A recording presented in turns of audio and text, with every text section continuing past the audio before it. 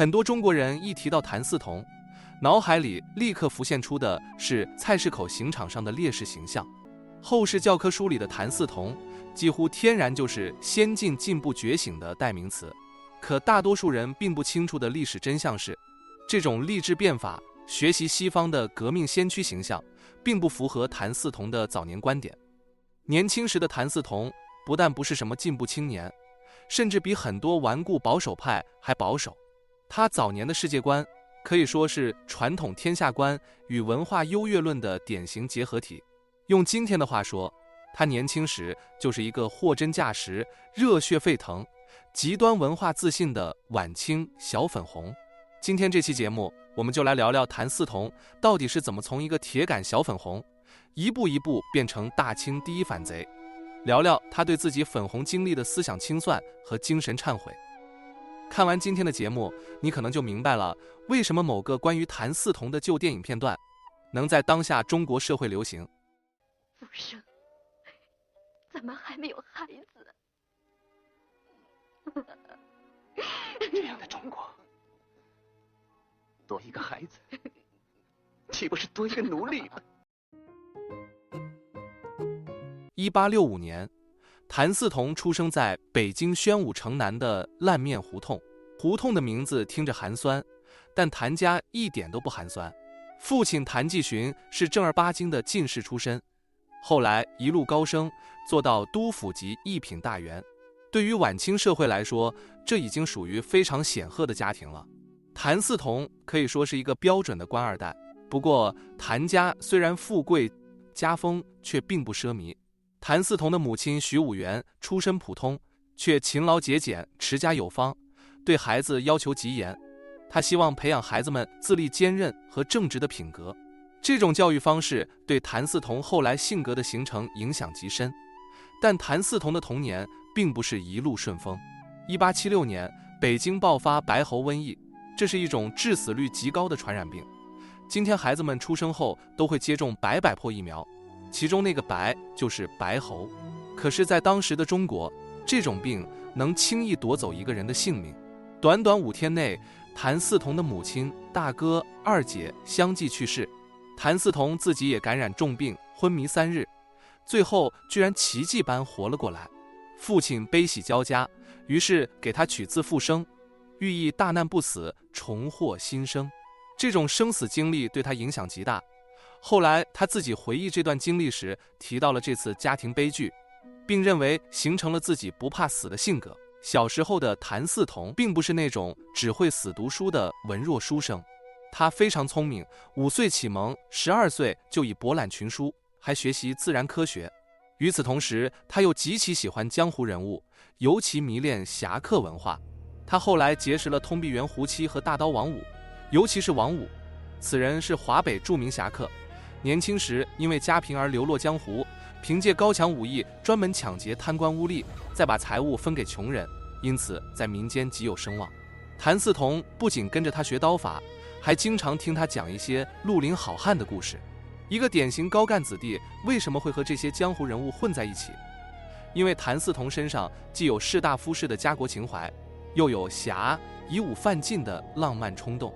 14岁以后，他还跟随父亲游历大江南北，北国山河的壮阔，塞外风貌的豪迈，都塑造了谭嗣同身上那种任侠豪放的性格。20岁之前，他已经遍游名山大川，并通过诗文表达对民生疾苦的关注。例如，他曾写过一首《儿懒船并序》，记录一个10岁船家儿童在风浪中拼死拉纤救人的场景。孩子双手被绳索磨烂，露出白骨，却依旧不肯松手。谭嗣同写道：惶惶船中人，生死在儿手，儿掌有白骨，将心无白骨。从这些文字能看出谭嗣同身上的人道主义精神，而这种精神后来也成为他思想变化的重要基础。我们说谭嗣同年轻时豪迈勇敢，富于人道主义精神，这说的是他的精神特质和人格特征，但人格底色并不等于政治观点。很多人今天容易有一种误解，好像一个富有正义感、关心底层民众的人就天然会反传统、批判体制。事实往往不是这样，一个人的道德热情完全可能与强烈的文化保守主义同时存在。尤其在晚清那个时代，一个年轻人越有家国情怀，反而越容易深信传统天下第一的这套叙事。接下来我们看看当时的谭嗣同有多粉红。1884年前后，中法战争爆发，20岁的谭嗣同写下了一篇后来极其著名，同时也极其打脸的文章《致言》。今天读这篇文章，很多人可能会惊掉下巴，因为它里面的文化自大已经到了近乎夸张的程度。在《致言》中，谭嗣同按照文明程度把全世界划分为3个等级。第一等世界最文明，包括哪些地方呢？赤道以北，西至于流沙，东南至于海，北部近兴安岭，八荒风雨之所合会，圣贤帝王之所原宅。简单翻译一下，就是华夏文明就是世界文明中心，这里礼仪齐备，3纲5常完美无缺，是圣贤帝王的居住之地。朝鲜、越南、西藏、缅甸这些靠近中国的地方也勉强可以算文明区域。第二等世界呢，俄罗斯、土耳其、印度、德、法、英等西欧国家，还有北美，这些国家在他眼里属于夷狄之国。虽然有点文明，但和华夏相比差远了，甚至把你们叫夷狄已经算抬举，因为你们离中国近，多少还能沾一点华夏文明的光。第3等文明的地区包括非洲、拉美、大洋洲、南极，这些遥远地区被他直接称作禽兽之国。谭嗣同还认为西方国家根本不足为惧，西方再强，中国依旧文明；西方再富，中国也不会因此变穷；西方再狡诈，也休想算计中国。甚至谭嗣同还专门批评魏源的《海国图志》里的以夷制夷的思想，认为这种想法太肤浅，因为中国的盛衰自有中国自己的规律，哪里需要靠什么以夷制夷。他甚至有点瞧不起魏源，认为魏源不过是一个测试，也就是会出点主意的谋士而已，并没有真正的大智慧。最能体现他当时小粉红心态的还有另外一个例子。面对当时很多人对西方船坚炮利的恐惧，谭嗣同直接嘲笑这些人。他说，你们见到洋人的火器和轮船就说什么虽孔子不至，认为连孔子来了都没办法，这是什么荒唐言论。于是他写下了一段极其典型的文化自大的论述：今之夷狄之情，由西之夷狄之情也，立中国之道，得夷狄之情，而驾驭柔服之道之不可变者，虽百世，而如操左券。这句话的意思简单说就是，洋人的武器再厉害，也改变不了中国文明的根本优势。只要坚守中国传统，以不变应万变，就足以驾驭夷狄。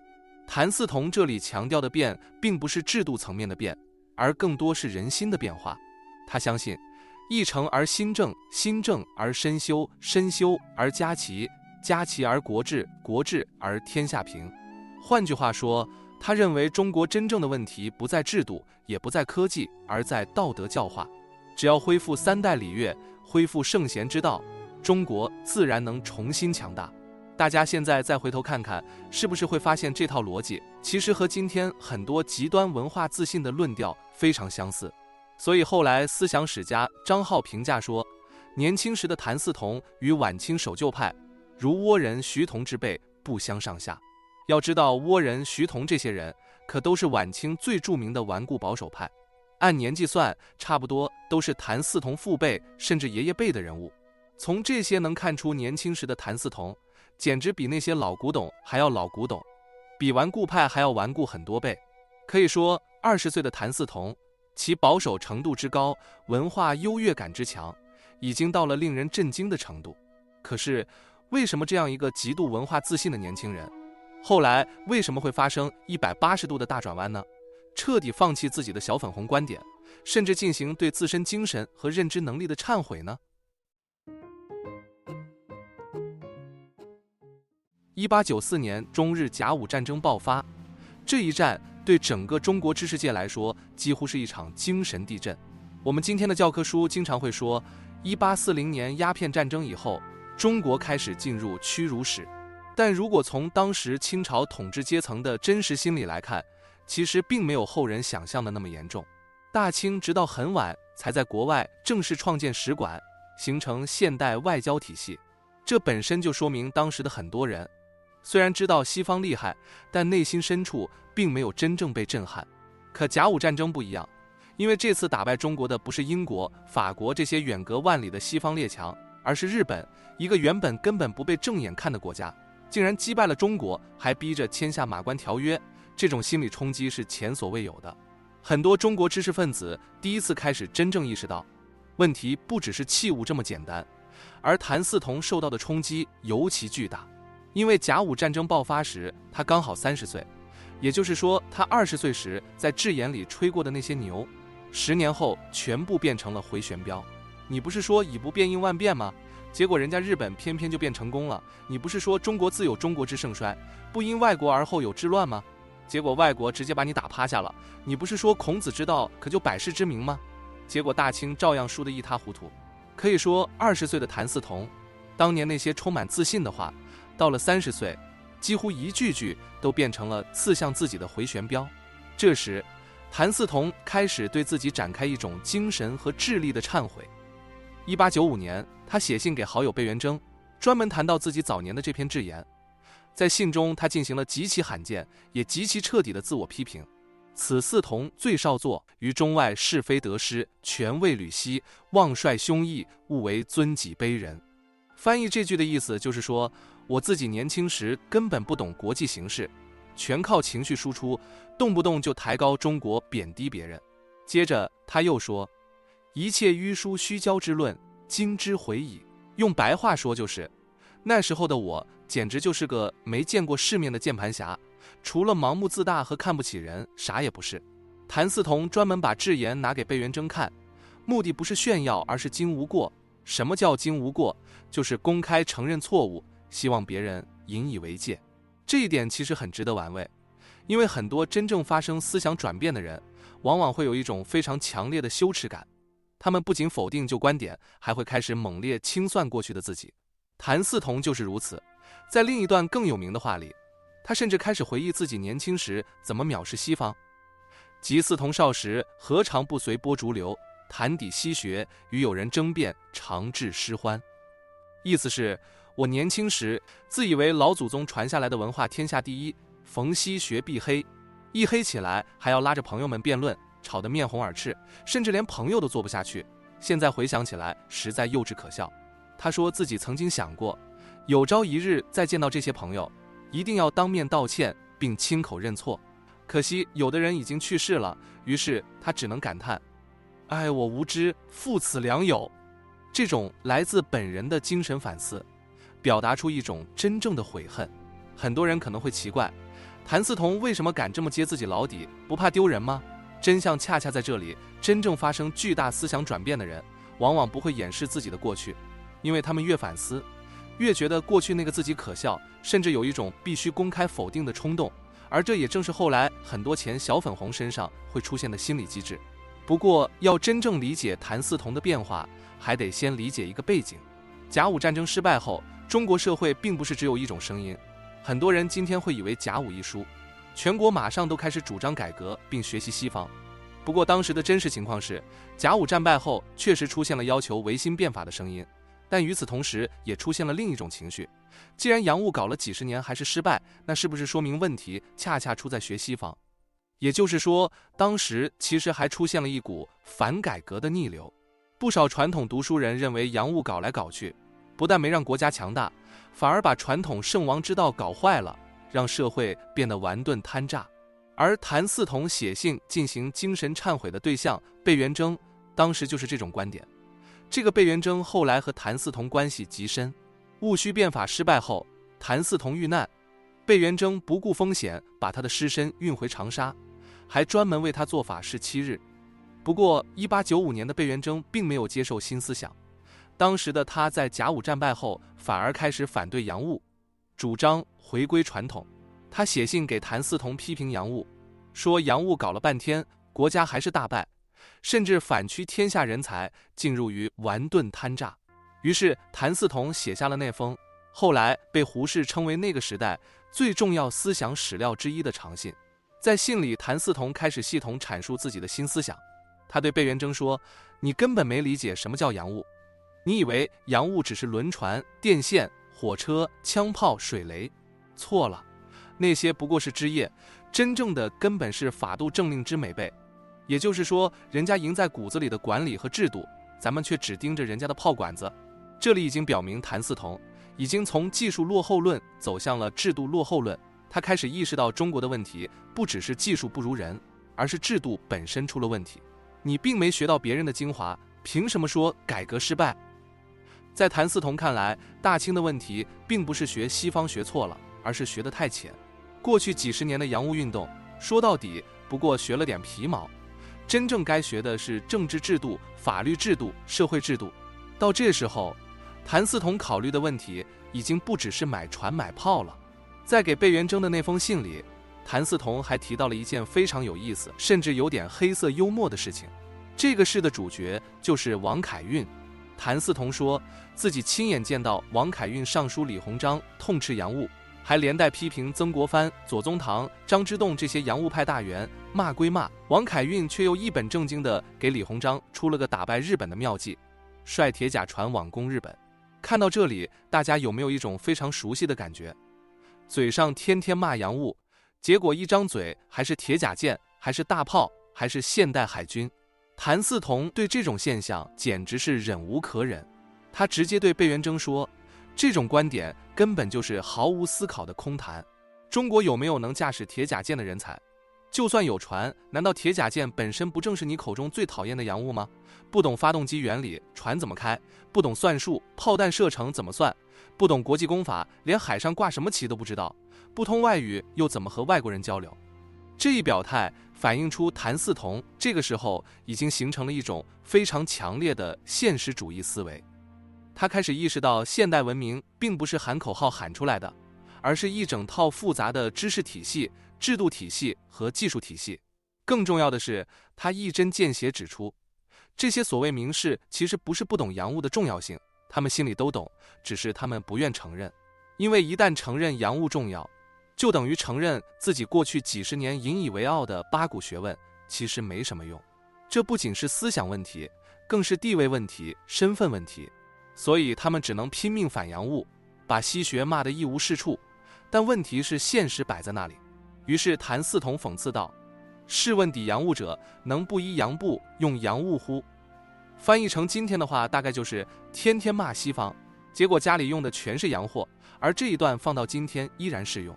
现代有些极端小粉红，一边用苹果手机 Mac 电脑，一边通过互联网畸形输出，说什么西方科技不过如此，甚至是偷我们老祖宗的智慧。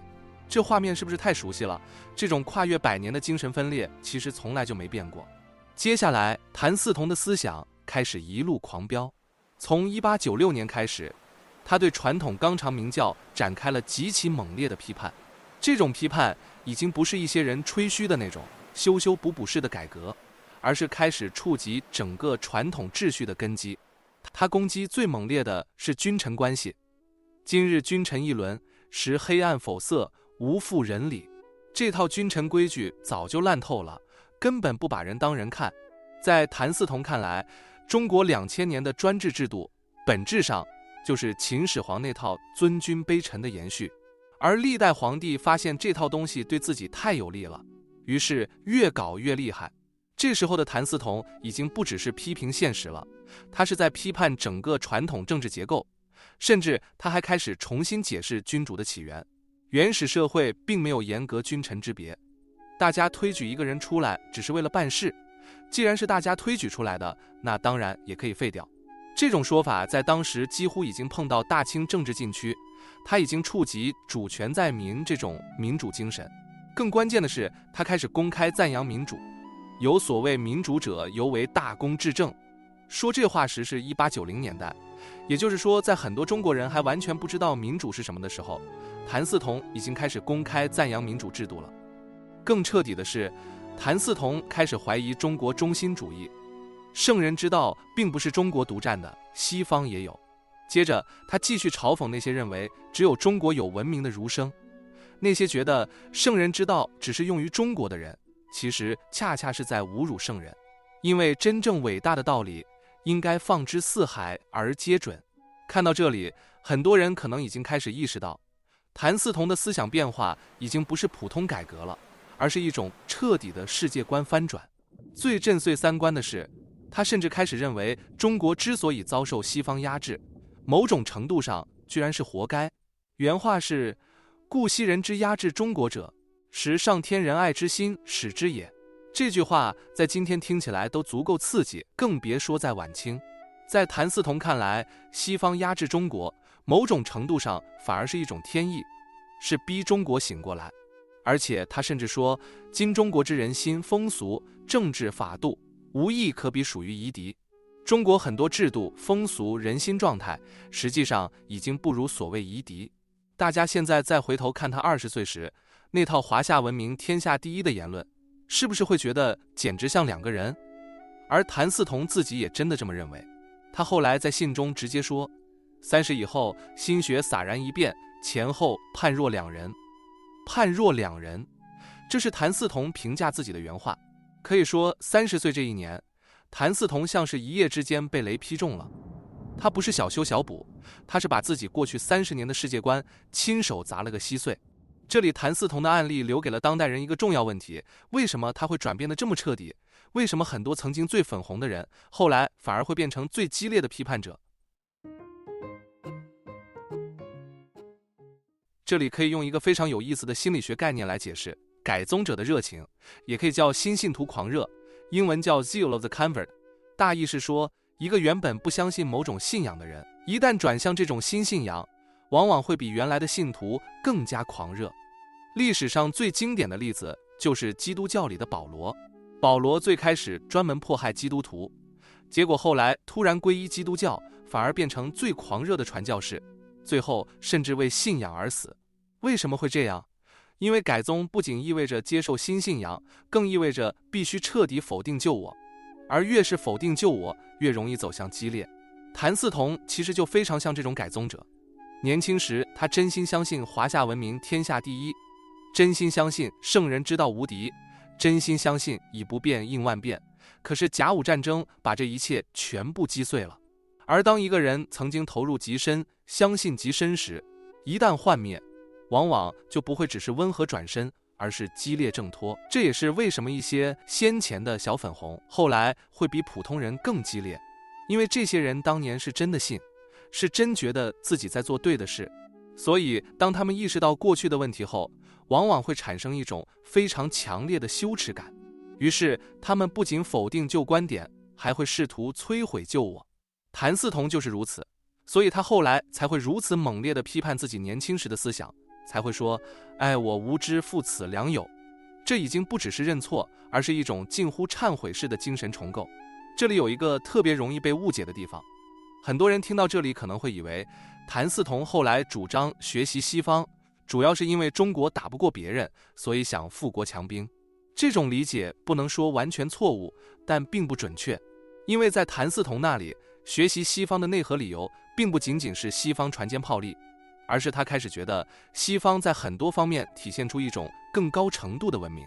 甲午战争固然是刺激因素，但真正推动他思想巨变的并不仅仅是军事失败，而是他开始重新理解什么叫文明。这一点其实特别关键，因为晚清很多人学习西方逻辑是完全不同的。大清统治者学习西方的内核目的归根结底是保江山，所以他们强调中学为体，西学为用，制度、伦理、皇权结构不能动，只学一点西方技术回来强化大清。但谭嗣同后来已经不满足于器物学习，甚至上升到传统社会结构与关系的改造，是一种从传统走向现代的大变革。举一个例子，他特别注意到西方的家庭结构，他感到在西方社会的家庭中，社会关系似乎比中国更有人情味。在传统中国，大家往往觉得不分家才是亲情，可谭嗣同却发现，西方子女成年后独立生活，反而家庭关系更自然。他提到小离中保其大和，因为有了独立空间，人与人的关系反而更轻松、更真诚。而中国传统家庭里，由于长期捆绑在一起，反而容易出现兄弟争产、妯娌冲突、嫡庶斗争。再比如婚姻，他注意到西方没有纳妾制度，婚姻创建在双方自愿基础之上，因此夫妻关系更加稳定。而传统中国的大量家庭矛盾恰恰来源于嫡庶之争。甚至他还认为西方社会的人际关系更加真诚，朋友之间讲信誉，人与人之间讲平等，哪怕和外国人打交道也比较坦率。而中国很多所谓伦常道德停留在纸面上时看着很好，一落到现实里却充满虚伪和压抑。谭嗣同这里真正被震撼的，其实已经不是科技差距，而是文明体验。所以他后来的思想和单纯富国强兵论其实有本质区别。很多人今天一提晚清改革，就只想到原因在于打不过西方，但谭嗣同想的问题其实比这个更深。这一点很多人今天容易忽略，因为我们习惯把晚清改革理解成落后就要挨打。但实际上，对于谭嗣同这类思想激进者来说，更大的问题是，为什么中国社会让人活得这么压抑？为什么人与人之间关系如此不自由？为什么整个社会充满了等级压迫？也正因为如此，他后来才会把矛头直接对准纲常名教。因为在他看来，中国的问题已经不只是军事问题，而是整个社会结构的问题。接下来我们分析一下，在晚清那么多高呼老子天下第一的小粉红里面，为什么偏偏是谭嗣同发生了这么剧烈的变化？为什么同样经历甲午战争，有些人变得更保守，而他却变得更激进？这一点其实和他的性格底色有很大关系。很多人今天一提小粉红，会下意识觉得这种人是不是天然容易有极端主义？其实不一定。有些小粉红之所以会极度投入，恰恰是因为他们本身就有很强的道德热情，而谭嗣同就是如此。前面我们提到，他少年时期特别迷恋侠客文化，他喜欢大刀王五这些江湖人物，并不仅仅因为他们会打架，而是因为他欣赏一种锄强扶弱的精神。王五年轻时流落江湖，专门抢劫贪官污吏，再把财物分给穷人，这种义侠形象对谭嗣同影响极深。谭嗣同从年轻时开始就特别关注普通百姓的苦难，他写《而览船并序》，歌颂那个双手磨出白骨的小船工。为什么会被这种场景打动？因为他骨子里有一种非常强烈的利他倾向。年轻时的谭嗣同虽然粉红，但他并不是纯粹为了维护权力体系而粉，他是真心觉得传统文明能够拯救国家、拯救百姓，这一点其实特别重要。因为很多真正发生巨大思想变化的人，往往不是没有理想的人，恰恰相反，他们原本理想主义非常强，只是后来他们发现原来的道路走不通，于是他们会为了同样的目标转向另一条道路。谭嗣同后来之所以变得如此激进，并不是因为他突然不爱国了，恰恰相反，他依然非常在意国族，只不过他开始认为传统那套东西已经无法真正救中国，他已经开始不相信光靠圣贤书就能救国了。所以谭嗣同后来的反传统，本质上并不是单纯崇洋，而是一种非常痛苦的思想重构。他不是为了否定中国而学习西方，而是因为他越来越觉得，如果不改变，中国只会继续沉沦。这一点其实和一些现代前小粉红有类似的地方，他们很多人也不是突然不爱国了，而是他们开始意识到自己过去相信的某些东西，也许并不能真正让国家变好，于是他们开始重新思考，而一旦重新思考，就很容易走向激烈。他们过去投入的越深，现在就越羞耻，所以他们会比原本没那么投入的人更无法容忍假大空的话术。从官二代小粉红再到革命烈士，从文化优越论者到晚清最激烈的改革者，从华夏天下第一到判若两人，谭嗣同这一生其实恰恰说明，一个人并不是永远不会改变，真正的觉醒很多时候也不是温和转身，而是激烈挣脱。这一期节目就到这里，咱们下期再见。